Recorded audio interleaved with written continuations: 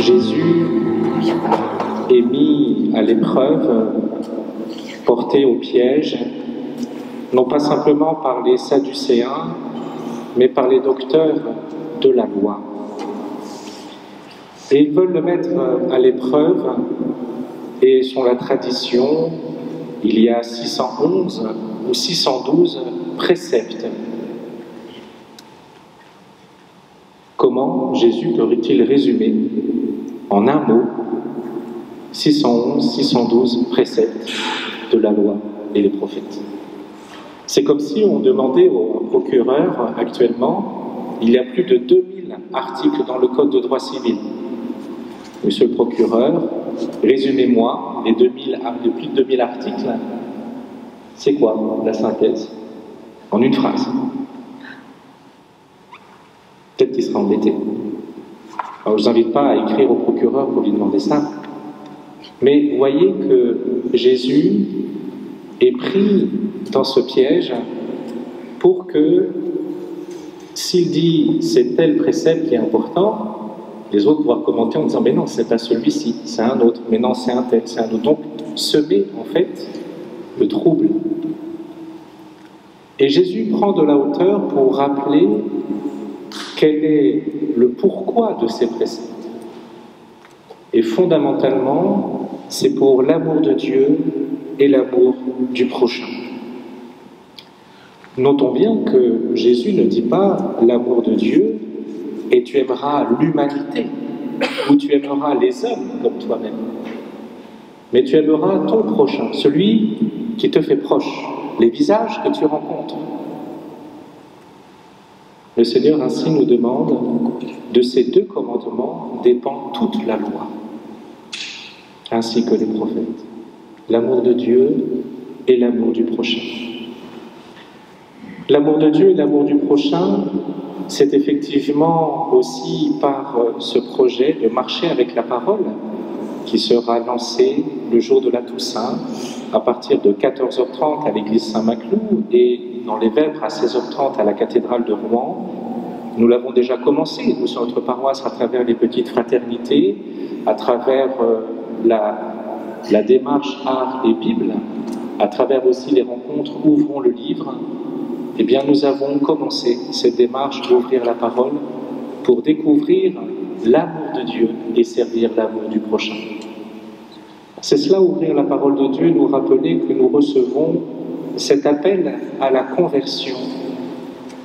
Comme nous le rappelle saint Paul, ils disent comment vous vous êtes convertis à Dieu en vous détournant des idoles, afin de servir le Dieu vivant et véritable.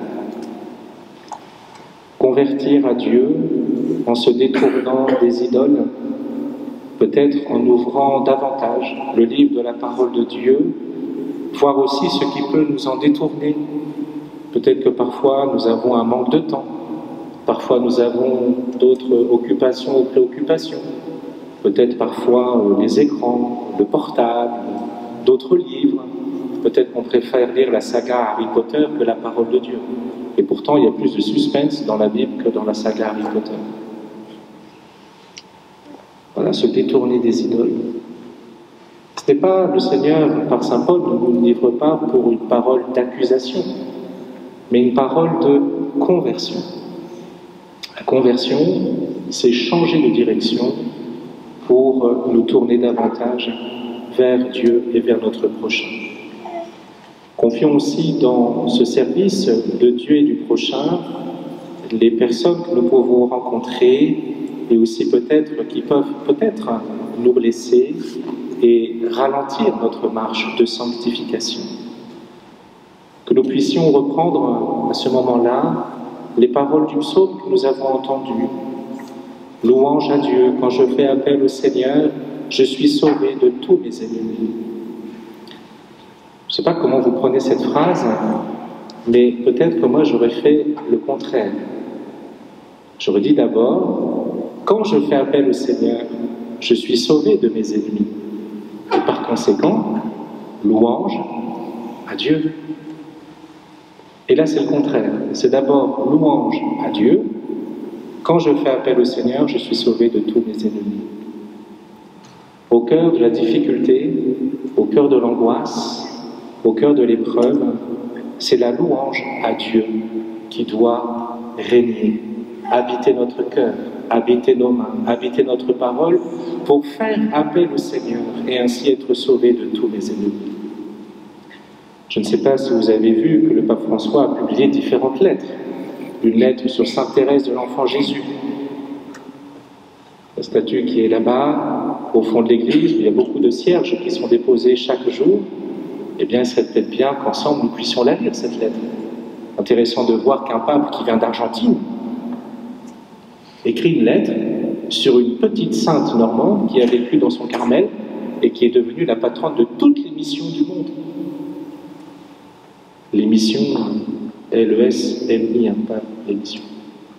Mais les missions du monde sont confiées par l'intercession de Sainte Thérèse. Il a écrit également, vous savez, la lettre sur Laudato Si, il y a 8 ans maintenant. Et il a écrit, j'allais dire, comme il peut le dire lui-même, le volume 2, à travers la lettre Laudate Deum, louez Dieu. Et justement, avant de faire le constat qui est triste et alarmant, il commence par la louange, comme le fait le psaume. Louange à Dieu. Tiens, c'est intéressant. La lettre que le pape a donnée, c'est le même titre que le psaume de notre jour. Louange à Dieu. Vous voyez, au cœur du changement, c'est une lettre sur le changement climatique. On peut être catastrophé, on peut être alarmé, il y a de quoi, il y a des raisons, pour justement appeler à la conversion. Mais la conversion se fera d'abord si nous reconnaissons que nous recevons notre vie, non pas simplement de nous-mêmes, mais d'un autre qui est plus grand que nous, qui est Dieu lui-même. Et c'est tout le sens du baptême. Vous déposez votre enfant, Ruben, c'est pour ça qu'on vous demande d'abord ce que vous demandez, son prénom, pour qu'il puisse grandir dans cet amour et reçoive l'amour de Dieu, Père, Fils et Saint-Esprit. Alors que nous puissions porter cet amour du Seigneur, cette louange qui puisse nous accompagner et ainsi proclamer « Vive le Seigneur, béni soit mon rocher, qu'il triomphe le Dieu de ma victoire ».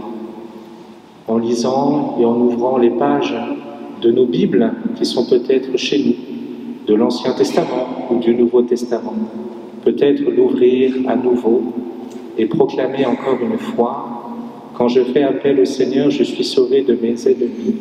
Lui m'a dégagé mis au large, il m'a libéré car il m'aime. » Puissions-nous redécouvrir la grandeur, la hauteur de l'amour de Dieu pour nous, au cœur de notre paroisse, au cœur de notre diocèse, pour que la conversion souffle au rythme de l'amour de Dieu et l'amour de notre prochain, maintenant et pour les siècles des siècles. Amen.